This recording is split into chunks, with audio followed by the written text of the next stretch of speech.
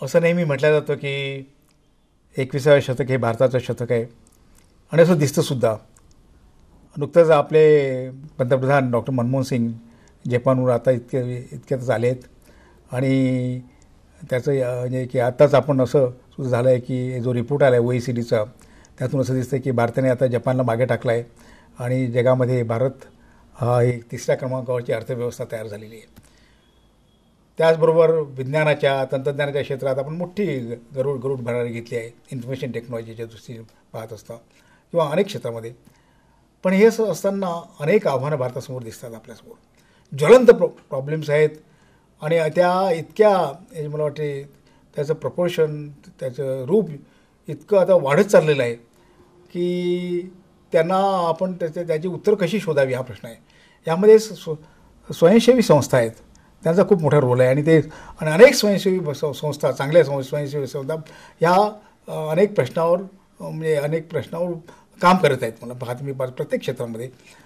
पण असे काही ते असा हा एफर्ट मला वाटते की असा एक फ्रॅगमेंटेड पीसमिल अप्रोच आहे सर्वांचा असा दिसतो आहे. याच्यामध्ये एका दृष्टीने इंडस्ट्री CSR चालवण्याचा प्रयत्न करत आहेत कॉर्पोरेट सोशल रिस्पॉन्सिबिलिटीज.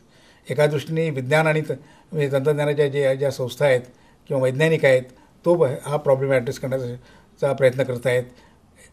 सरकारी इनिशिएटिव्ज आहेत प्रशासनाचे अनेक इनिशिएटिव्ह घेतले याच्यामध्ये. तर मला असं वाटतं की आता एक काहीतरी नवीन एक प्लॅटफॉर्म तयार करायला पाहिजे आणि एक नवीन फ्रेमवर्क आपण याच्यामध्ये शोधायला पाहिजे आणि टेक सेवा हेच प्रयत्न करणार आहे. टेक सेवाचा हाच प्रयत्न आहे की ह्या सर्व ऑर्गनायझेशन्स आपल्याला एकत्र आणायच्या आहेत आणि त्यामध्ये स्वयंसेवी संस्था ज्या प्रत्येक त्या झोपडपट्टीमध्ये काम करत असतील किंवा शेतकरी जेव्हा आत्महत्या करत आहेत त्याच्यामध्ये त्या कृषी क्षेत्रामध्ये काम करत असतील किंवा पाण्याच्या क्षेत्रामध्ये काम करत असतील किंवा ज्या शिक्षणाच्या क्षेत्रामध्ये जो प्रॉब्लेम आपल्यासमोर आहे की अजूनही आपल्या 30 कोटी लोकांना म्हणजे वाचता येत नाही लिहिता येत नाही पुढे याच्यामध्ये. तर अनेक क्षेत्रामध्ये ज्या काम करत आहेत त्यांचे ॲक्च्युली ग्राउंड लेवल प्रॉब्लेम काय त्यांना समजले असतील. CSR ते पाहत आहेत की कोणते प्रॉब्लेम्स आहेत की काय करायला पाहिजे इंडस्ट्रीने की त्यामध्ये कुठे करायला पाहिजे. वैज्ञानिक पाहत आहेत की हे प्रॉब्लेम कुठे आहेत आणि कसे सॉल्व्ह करायला पाहिजे त्याचं स्वरूप काय.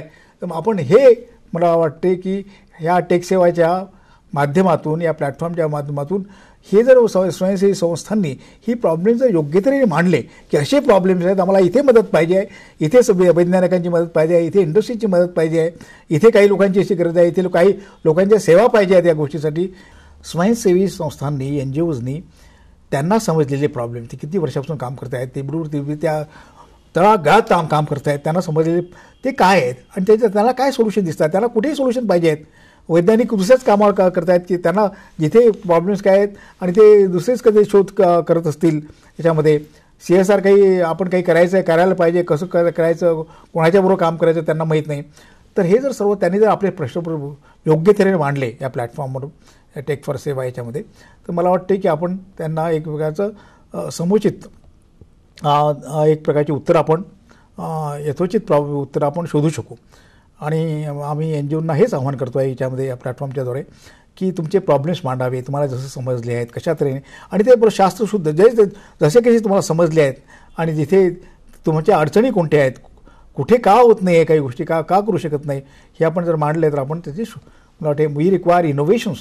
मला वाटतं की we require innovations to understand the problem itself and then find solutions for them. तर आम्ही NGOंना अपील करतो आहे की याच्यामध्ये की तुमचे प्रॉब्लेम्स याच्यामध्ये योग्य तऱ्हेने तुम्ही मांडावे आणि सर्व जेव्हा येतील या प्लॅटफॉर्मवर या कॉन्फरन्समध्ये किंवा या वर्कशॉप्समध्ये तर त्यातून आपण नवीन आम्ही एक वेळाचे प्रॉब्लेम सॉल्व्ह करण्याचा प्रयत्न करूया. तर ह्या अभियानाला आपण सर्वांनी एक प्रकारचा चांगला भरघोस रिस्पॉन्स द्यावा अशी मी अपेक्षा बाळगतो.